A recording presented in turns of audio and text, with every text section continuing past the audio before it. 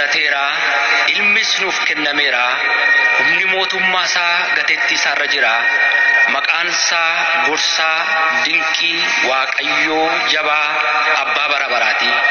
Hangafa nagaa in jedhama. Ameen.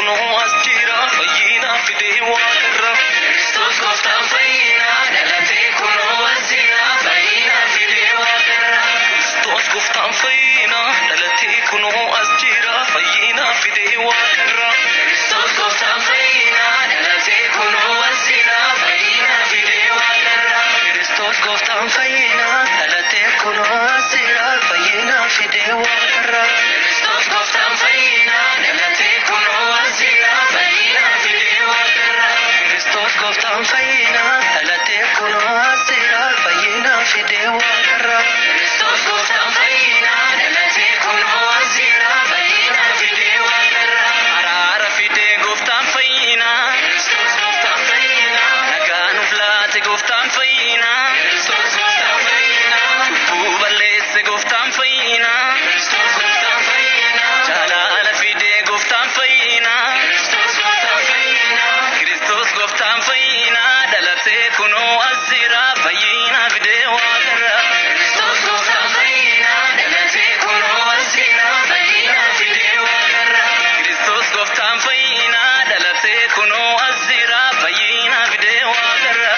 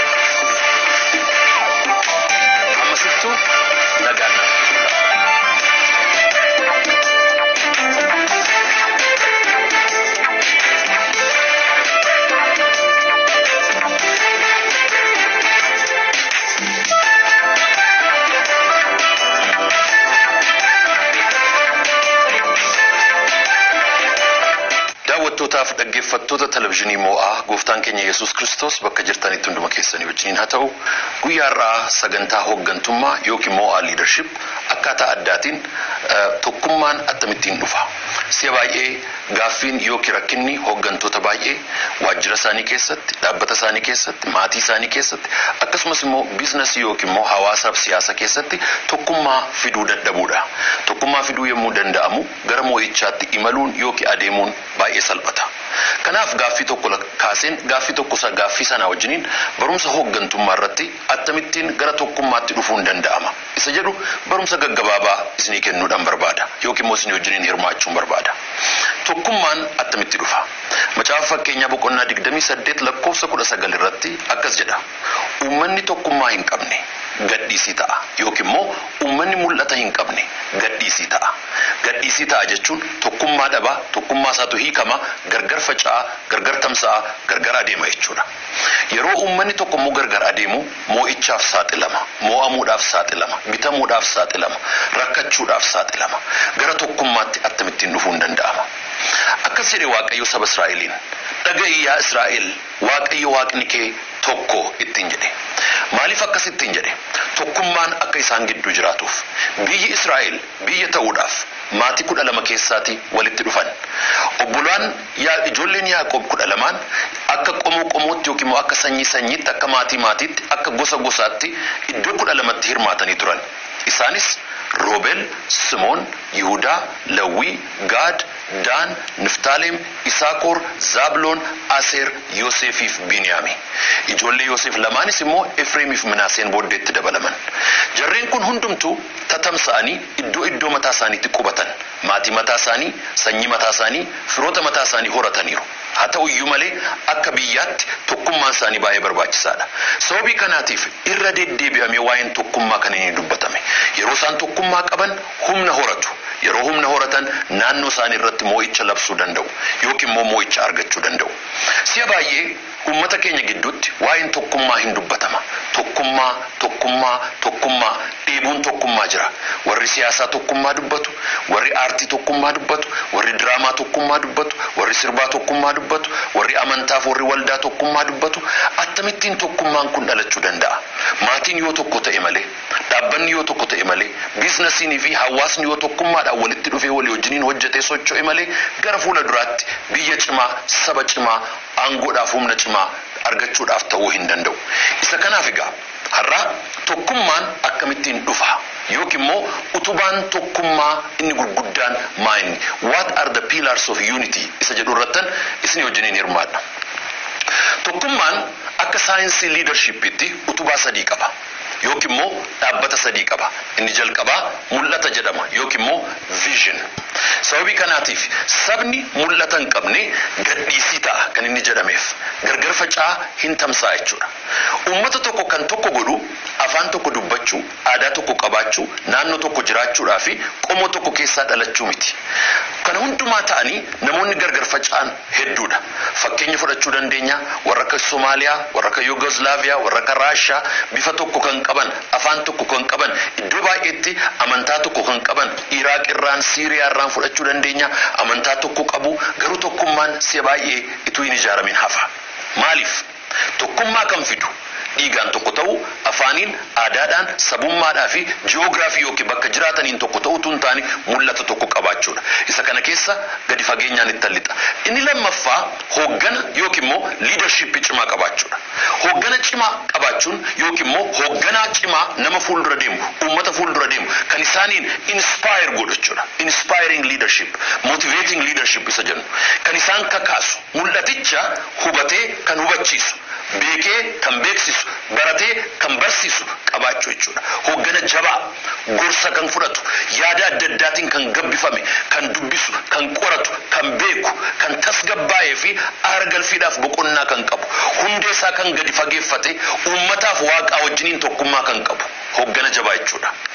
Inni sadaffaan yookiin immoo tokkummaan utubaan isaa inni sadaffaan immoo disciplined publicidha. Uummata tasgabbaa'e yookiin immoo uummata hubataa ta'e. Isa kana namoonni keessumaa naannoo Laatiin Ameerikaatti waa'ee leadership warra rakkataa dubbatan the psychology of the oppressed kan jedhamu macaafanni barreesse yaada namoota warra cunqurfamanii ummata dammaqaa ta'u conscious public ummata hubataa ta'u ummata dammaqaa ta'u ummata of beeku naannoo isaa kan beeku egeree isaa kan beeku mul'ata isaa kan beeku kan ijaarame dammaqaa kan ta'e jechuudha. Isa kana gaa ummanni tokko galma ga'uudhaaf kan inni iddoo sana ga'u disciplined public inni nu jennu ummata hubataa ta'e conscious public ummata dammaqaa ta'e fi of bareechuudha. Utubaa sadii qaba gaa tokkummaan. Ummanni tokko mul'ata yoo qaba ta'e hoggana jabaa yoo qaba ta'e ofii isaatii immoo hawaasaaf ummata tasgabbaa'aadhaa fi hubataa yoo ta'e kun sadan walitti ijaaramanii tokkummaa hin sochoone qabu jechuudha. Harragaa waa'ee tokkummaa warri waaqayyoon kadhattan gaaffiis qabdan hawwiis qabdan dhiibuus qabdan gaaffii nuyi of gaafachuu qabnu inni jalqabaa akka uummataatti akka sabaatti akka hawaasaatti mul'anni keenya maali? Eessaa kaanee eessa dhaqaa jirra? Inni lammaffaan hoogganni keenya eenyu? Hooggana dhaggeeffannu qabnaa? Musee qabnaa? Iyaasuu qabnaa? Abrahaamiin qabnaa? Dibooraa qabnaa? Asteeriin qabnaa? Nama dhaggeeffannu qabnaa? Isa jedhu isa lammaffaati. Who is our leadership? Who is our leader? Inni sadaffaan ummata hubataa ta'e. Ummanni keenya hammam hubataadha, hammam dammaqaadha, hammam karaa dinagdee, karaa hawaasaa, karaa amantaa, karaa naamusaa, karaa jireenya hariiroo, karaa communication yookiin immoo walitti dubbachuu hammam dammaqaadha. Isa kana sadan utubaan kun sadan wal keessa dhufeera jennaan vision, leadership and disciplined public inni jedhamu sadanuu yeroo walitti eda'ame walitti ijaaramu tokkummaa socho'ee buqqa'uu hin dandeenye ta'a jechuudha. Baay'ee gaarii. Egaa utubaa kana sadan kaaseera. Mee gadi linnee immoo utubaan kun sadan isaaniiyyuu maal isaan isa jedhu xiqqoo akka nuyi ilaalluun barbaada. Inni jalqabaa mul'ata inni jedhamu kun jechuun isaayyuu maali? Namni hundumtuu mul'atan qaba jedha. Ana abbaa mul'ataati jedha. Mul'atan qaba biyya kootiif, saba kootiif, hawaasa kootiif, maatii kootiif, tajaajila kootiif. Mul'ata qabaachuu jechuun maali? Mul'anni having a complete picture of the future. Mul'ata jechuun of fuulduratti waan jiru guutummaadhaa guutuutti arguu danda'u jechuudha. Gartokkee duwwaa arguu danda'u jechuu miti. Gartokkee isaa duwwaa arguu namoonni danda'an gartokkee duwwaa ilaalu guutummaa isaa ka'umsa isaa adeemsa isaa inni jalqabaa mul'ata jechuun bakka jiran beekuu jechuudha. Point of departure har'a eessan jiran dhaabbanni koo maal fakkaata bakka ani jiru kun eessa kun isa jedhu ka'umsa ofii gaarii godhanii beekuu seenaa ofii isa kaleessaa gaarii godhanii beekuu haalli nuyi har'a keessa jirru bu'aa guyyaa 3-4 miti. Fakkeenyaaf akka saba Oromootti yoo fudhanne har'a haalli nuyi har'a keessa jirru adeemsa waggaa 100 oliiti. Dukkana guddaa isaa keessaa dhadhaataa tatamsaasaa dhufe. Bara ummanni keenya gabrummaatti kufee kaasee hamma har'aatti adeemsi sabni keenya adeeme adeemsa salphaa miti. Wareega sabni keenya kafale isa salphaa miti. Ilmaan Oromoo warra akkamii itti wareegamanii gabbaramanii dhufan. Wanti nuyi har'a dhaabannee jirru kun waan har'aa duwwaa miti. Waan kaleessa fagoo gadi fagoo dhoksaatti waaqayyo duwwaan kan beeku. Seenaa duwwaan kan beeku. Maatiin baay'een mana isaatti kan inni beeku. Galmeen seenaa gaaf tokko dhugaadhaan hafuuraan kan inni dhugaa ba'u isa kana qaba. Ati eenyu? Eessa jirta? Maalirra dhaabattee jirta? Haalati keessa jirtu maal fakkaata? Addunyaan maal fakkaatti? Inni jedhu baay'ee barbaachisaadha. Dhiyeenya kana macaafa dinqii tokkoon dubbise. Macaafni kun kan inni barreeffame Thomas Friedman jedhama. Namni barreesse Thomas Friedman joornaalistiidhaa fi koomentaatarii beekamaadha biyya United States keessatti. The world is flat macaafa jedhamu barreesse. Addunyaa nuyi har'a the history of the 21st century jedha. Addunyaa har'a jaarraa 21ffaa keessa jirtu kun maal fakkaatti? Chaayinaatti, Ameerikaatti, Awurooppaatti, Afrikaatti, Laatin Ameerikaatti, giddugaleessa bahaatti, biyyoota Arabaatti maaltu ta'aa jira? Karaa dinagdee, karaa teknoolojii, karaa siyaasaa maaltu ta'aa jira? Isa jedhu qoratee kitaaba baay'ee guddaa barreesse. The world is flat. Dur the world is akka piramidiiti. Inni tokko gararraa jira, inni tokko gajjallaa jira. Har'a teknoolojiin ilmaan ilmaan namootaa wal qixxeesseera. Biyya hundumaa wal qixxeesseera. Naannoof daangaa ilmaan namootaa wal qixxeesseera. Mul'ata jechuun lafa jiran beekuu jechuudha. Hirribaa ka'uu jechuudha. Dammaqanii of arguu jechuudha. Point of departure jenna. PD1 jenna barumsa leadership keessatti. Inni lammaffaa mul'ata jechuun karaaf karoora ofii beekuu jechuudha. Karaaf karoora ofii beekuu. Biyya Itoophiyaa keessa yeroo dhufu konkolaataa hin oofu. Maaliif karaa biyya kana keessaa hin beeku. Kanaaf maalan godha nama karaa beekuu fi nama biyya beekuutu konkolaataa kun oofa. Namoonni baay'een lafa deeman beeku malee akka achi ga'an hin beekan karaa isaan beekan. Karaa isaan wal dhaalan. Karaaf karoora hin qabnu yoo ta'e mul'ata qabaanne mul'ata kootiin waggaa 5 irraa sangaa akka sabaatti achi ga'uu barbaanna. Akka uummataatti achi ga'uu barbaanna. Dinagdeedhaan, siyaasaan, tokkummaadhaan, hawaasummaadhaan, qonnaadhaan, maatiidhaan, dargaggootaan, dubartootaan achi ga'uu barbaanna jennee of fuulduratti waa kaa'annee karaa itti achi geenyu hin beeknu yoo ta'e rakkisaadha. Hammam dhugaa akka ta'e hin beeku. Garuu wedduu Alii Birraan weddusu keessaa tokko karaan mana abbaa gadaa eessaa isa jedhu baay'ee sammuu koo keessatti hafa yeroo baay'ee. Walaloo sana kan barreesse akka seenaasaa dhagayetti Dr. Gammachuudha. Dr. Gammachuun si'a baay'ee Dr. Gammachuu Magarsaa si'a baay'ee seenaa gadaa Oromoo, aadaa Oromoo gadi fageenyaan nama qoratedha. Dr. Gammachuun akkas jedheetu barreesse karaan mana abbaa gadaa eessa dhaqeen galmasaa jajjabeessa taa'een seenaasaa babarreessa. Inni kun maal jechuudha? Galmi koo mana abbaa gadaa dhaquun barbaada. Rakkinni koo garuu karaa isaa wallaaleedha. Namoonni baay'een galma isaanii beeku. Biyya dhaquu barbaadan beeku. Mana keessa jiraachuu barbaadan beeku. Akkaataatti jiraachuu barbaadan beeku. Sadarkaa irra jiraachuu barbaadan beeku. Hawwiinsaa jira. Rakkinni isaa karaa isaa wallaalan. Karaa isaaf karoora isaa hin qabnu yoo ta'e galma keenya bira ga'uu hin dandeenyu. Uummanni keenya akka durii akka jaarraa 19ffaa 18ffaa akkasumaan yaa'ee adeemuu hin danda'u. Lafa bakkaan roobee dheeduudhaaf horii isaa ooffatee adeemuudhaan jiraachuu hin danda'u. Lafa haalli mijate haalatta mijachaa adeemuu hin danda'u. Barratta mijachaa adeemuu hin danda'u. Reediyoo fi televezyiinii dhaggeeffachaa adeemuu hin danda'u. Dursee karoora baafachuutu irra jira. Gattaa'ee seeraas karaa irra adeemu qajeelfachuutu irra jira. Karoora isaa akeeka isaa erga baafatee booddee achi ga'a. Mana isaatti dargaggeessi dubartoonni maatiin abbaan qabeenyaa naggaadeen qotee bulaan ijaaramee karoora baafachuutu irra jira.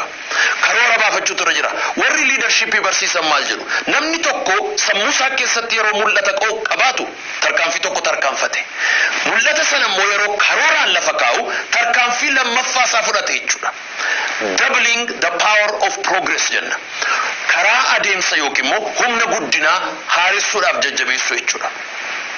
Plan and road map qabaachuudha. Sadaffaan mul'ata jechuun galma ofii immoo beekuu jechuudha.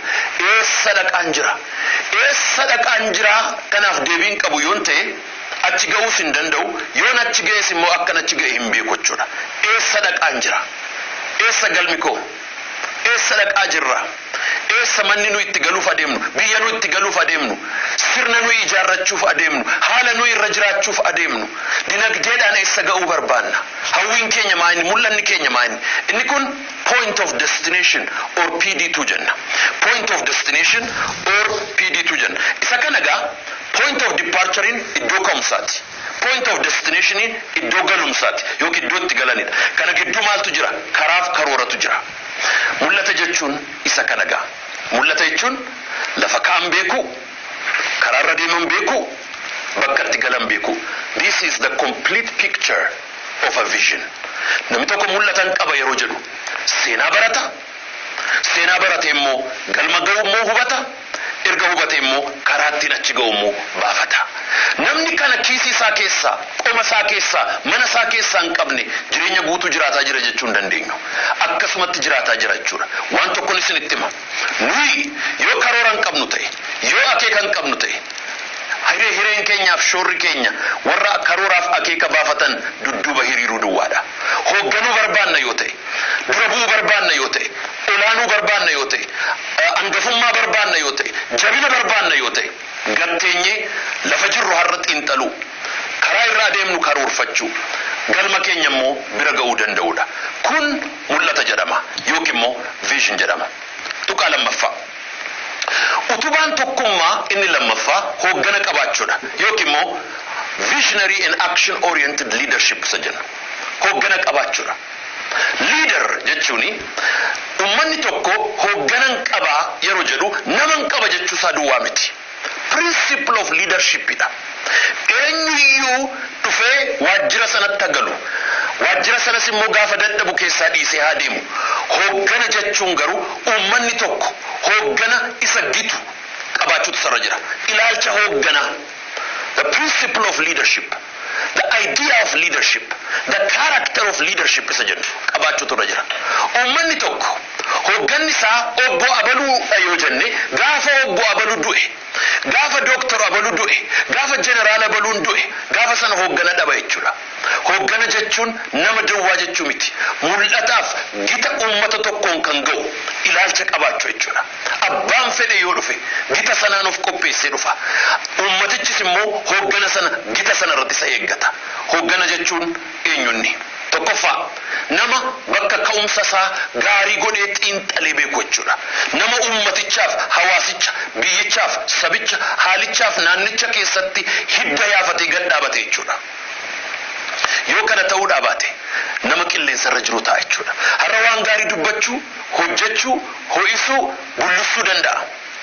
Hidda yaafatee garuu ummaticha hin beeku jechuudha. Ummaticha keessa gadi fageessee hin beeku jechuudha. Ummaticha bira bulee foolii ummatichaa, yaada ummatichaa, hawwii ummatichaa, seenaa ummatichaa, dhukkuba ummatichaa, isa sabichaa kan dhukkubsatu, kan beeku, kan hubatu, achi keessa kan hidda yaafate, seenaa isaanii keessa kan dhaabate, bifaan kan isaan fakkaatu, uffataan, dinagdeedhaan, nyaataan, ilaalchaan, miiraan, amantaadhaan, sammuudhaan kan ummaticha fakkaatu jechuudha hooggana jechuudha. Nama naannoo isaa xiinxalu. Isa kana nama assess and research godhee naannoo isaa current reality isaa beeku. Haala ummatichi amma keessa jiru nama beeku jechuudha. Bakka ka'umsa isaa kan xiinxalu, bakka ka'umsa isaa kan kakaasu jechuudha. President Barack Obaamaan hooggansa Ameerikaa keessatti yeroo dhufan kan isaan godhan keessaa inni tokko naannoodhaaf haala biyya Ameerikaa keessa jiru gaariitti xiinxalan. Yeroo sanatti uummanni Ameerikaa President George W. Bush irraa kan ka'e hooggana warra Riippablikaanii jibbee ture. Ajeeffatee ture. Balaaleffatee ture. Kanaaf haalaaf miira uummatichaa keessa gad of dhaabeetu isa kaleessaa isaanii wajjiniin balaaleffatee mul'ata haaraa isaanitti agarsiise. Kana hoogganni keenyaa jedhan. Maaliif dhukkuba uummatichaa dhukkubsate? Fedha uummatichaa hubate? Yaada uummatichaa keessatti ijaarame. Hooggana jechuun bakka ka'umsa isaa nama beeku jechuudha. Inni lammaffaa hooggana jechuun nama karoora baasuu danda'u jechuudha. Akkaataa aadaa Oromootti yookiin immoo ilaalcha Oromootti isa kanaan yeroo baay'ee namoonni maal jedhu nama mala beeku jechuudha. Nama fala beeku jechuudha. Nama karoora baasu jechuun nama pilaan godhu jechuudha. Gattaa'ee har'as jirra galmi keenya kana attamitti achi geenyaan gaaffii sabaati. Attamitti achi geenyaadhaaf deebii kennuun hireedhaaf shoora hoogganaati. Hoogganni deebii kennuu hin danda'u yoo ta'e galma isaa bira ga'uu hin danda'u. Seenaa tokkoon dubbise. History biyya Itoophiyaa keessatti. History biyya Itoophiyaa keessatti mooticha Haayila Sillaasee erga lafaan dha'anii booddee erga lafaan dha'uudhaaf raasanii booddee hooggantoonni militarii yookiin immoo loltoota raayyaa ittisa biyya Itoophiyaa wal ga'aniitu as arattanyaa kifla xoorii irratti walga'ii godhatu turan. Walga'ii sana kan geggeessaa ture keessaa inni tokko nama Axnaafuu Abaatafaa jedhamu ture. Namoonni kun akkas jedhan galma keenya bira ga'uudhaa fi hooggantoota waraana biyya Itoophiyaa keessa jiru qaamotaaf biyyoota qarqaroota Itoophiyaa iddoo adda addaarraa walitti qabuutu nurra jiraatanii Itoophiyaatti Finfinneetti waaman. Walga'ii Finfinnee sana irratti walga'iin sun erga bulluqee jalqabe booddee duuba kan dhufan koloneel Mangistuu Fa'iin kan hoogganamu Hararirraa kan dhufe jila loltoota achi Harariin qubatedha. Jilli loltoota suni booddee dhufan Axnaafuun fa'aa akka hoogganaatti waltajjiirra ta'anii hin geggeessu turan. Axnaafuun fa'aa hin geggeessu kan isaan dubbatan namni rakkateera, biyyi rakkateera, barsiisaan rakkateera, qotee bulaan rakkateera. Kanaaf falli keenya mootummaa Haayile Sillaasee fonqolchuudha. Yaada gaarii, dubbii gaarii dubbatan. Garuu duuba kan taa'e Mangistuun harka isaa ol baasee jedha. Loltuudha. Abidda liqimseetu dhufe gaaffii tokko gaafate. Baay'ee gaariidha. Dubbii isin gootan baay'ee gaariidha. Garuu እቅዳችን ምንድነው? አላማችን ምንድነው? ግባችን ምንድነው? መስመሩ ምንድነው? አመለካከቱ ምንድነው? ማን ነው የሚመራን? ከየት ነው የምንነሳው? ወዴት ነው የምንገባው? በላዱበቴቱ ዋንጭጭማ ጋፊ ሆገና ጋፈዱበቱ ኡመኒ መንቻ ከሰ ጅሩ አጥናፉ ዲሴቱ መንግስቱ ተች ገለገሌ ኢላሉት ከ ሆገነ ጀቹን nama gaaffii gaafatu tun ta'in nama gaaffii ummataa ol kaasee isaaf immoo deebii fiduu danda'udha. Ummanni gaafa sana waan tokko arge axnaafuunfaa sochii qabu malee mul'atan qaban, miira qabu malee galman qaban, ka'umsa qabu malee karooran qaban. Mangistuun abbaan mul'ata fakkaatu, abbaan nama karoora qabu fakkaatu, namni miiraaf hamilee qabu kan fakkaatu, hoogganaa fi bifa hoogganaatiif sagalee hoogganaa namni qabu waltajjii qabatee namoota naannoo isaa sana fixeetu abbaa irree ummata waggaa 17 hiraarsu ta'etu achi as ba'e. Asirratti waan tokko hubanna. Hooggana jechuun nama bakka jiru beeku, bakka jiru immoo ka'ee iddoo tokko ga'uudhaaf nama gattaa'ee karoora qabu jechuudha. Eenyu waa geggeessu nama mul'ata qabu. Eenyu waa geggeessu nama karoora baasuu danda'u. Eenyu waa geggeessu karoora saba'e kana nama fooyyessaa itti malaa, itti falaa, itti jajjabeessaa adeemuu danda'u jechuudha.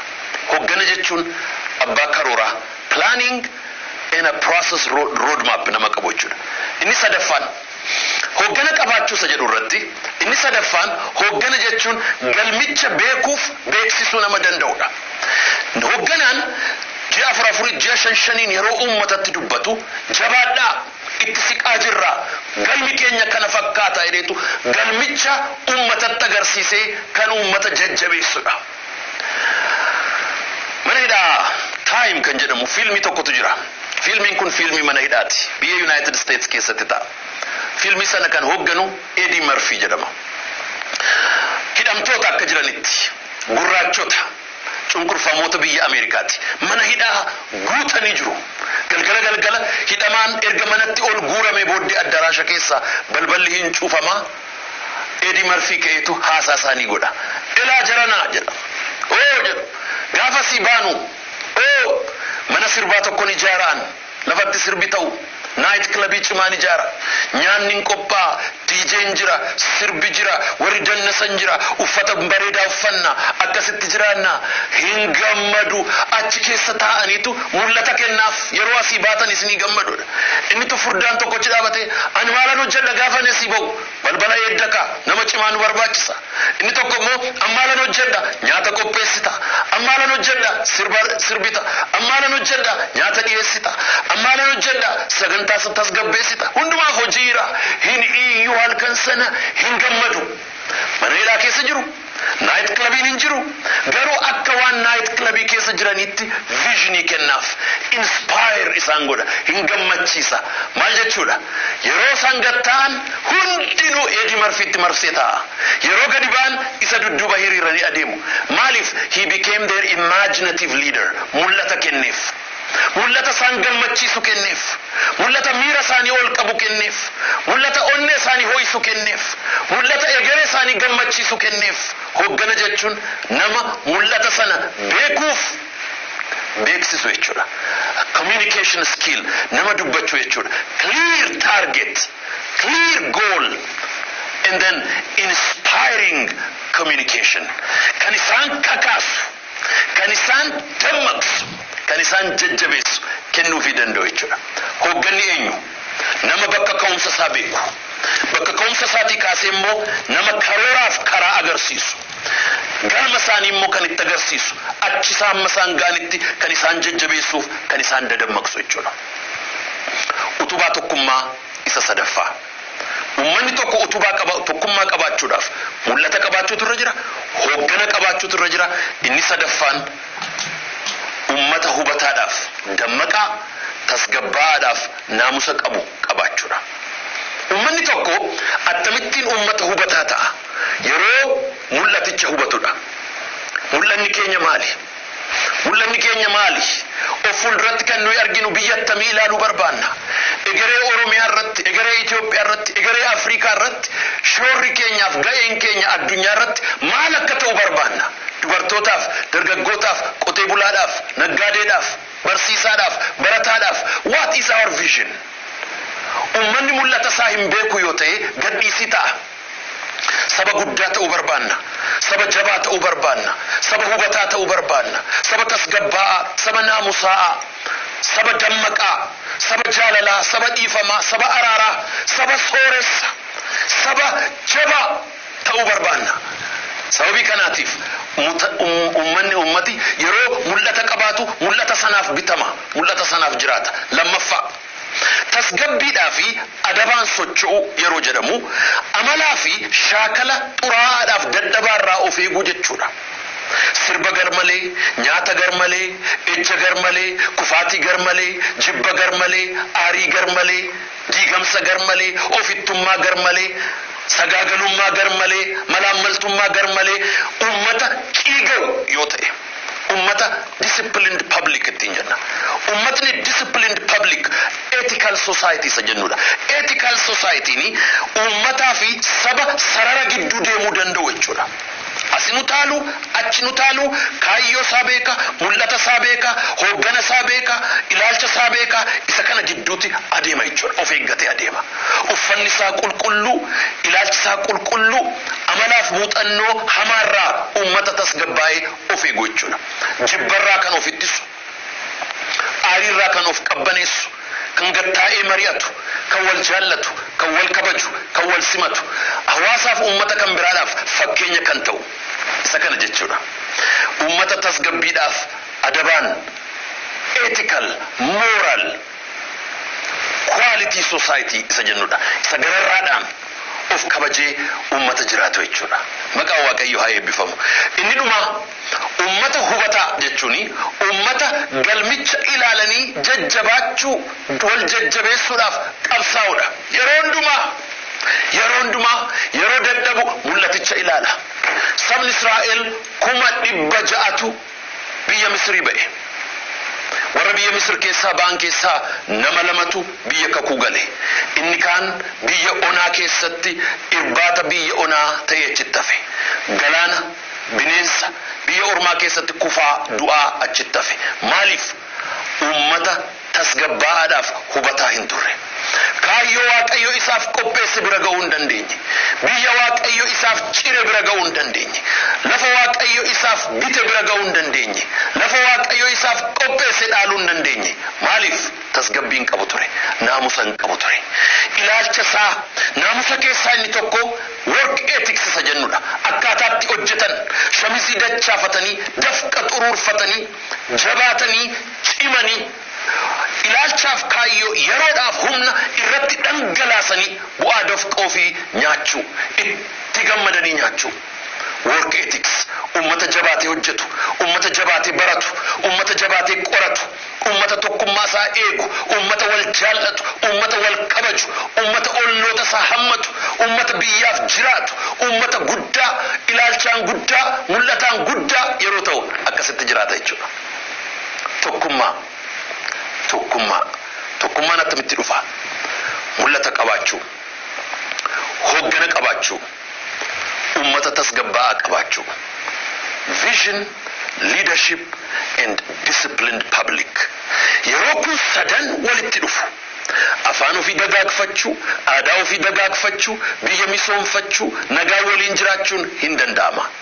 Mul'ata kan hin qabnu yoo ta'e, hooggana kabajnu, hooggana nu jaallatuuf, hooggana nuuf wareegamuudhaaf of qopheesse, hooggana karoora baasuuf mala beeku yoo hin qabnu ta'e, uummanni keenya immoo obsaaf mul'ata kaayyoodhaaf amala qabsoo hin qabu yoo ta'e galma isaa bira ga'uu hin danda'u.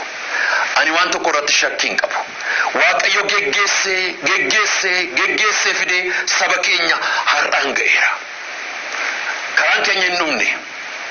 Galmi keenya mul'ataa jira tokkummaadhaan adeemuudhaaf mul'ata keenya qulqulleeffachuu bakka bakka jirrutti baadiyyaaf magaalaatti akka maatiif akka dhaabbataatti akka hawaasaatti akka kiristaanotaaf akka hawaasa guutummaatti gatta'anii mari'achuudhaan mul'ata qulqulluu of fuuldura kaa'u hooggana of gidduudhaa baasu sana booddee disipiliiniidhaan ummata tasgabbaadhaaf hubataa ta'anii walii wajjiniin socho'u yeroo akkas ta'u bu'uurri tokkummaa keenyaa kan hin sochoone ta'a galmi keenyas immoo harka keenya keessa dhufee gala waaqayyo immoo akka kanatti nu geggeessa baay'ee akkan isin jaalladhu isin iyyuu beektu sagantaa hooggansaa isa kan biraatti hamma deebinee wal arginutti nagaan naaf bulbulaa sagantaa ittaanutti lolaa hojjechuu ofirraa ittisaa hojii immoo adeemsifachuu mata duree jedhuun balancing fight and productivity isa jedhuun immoo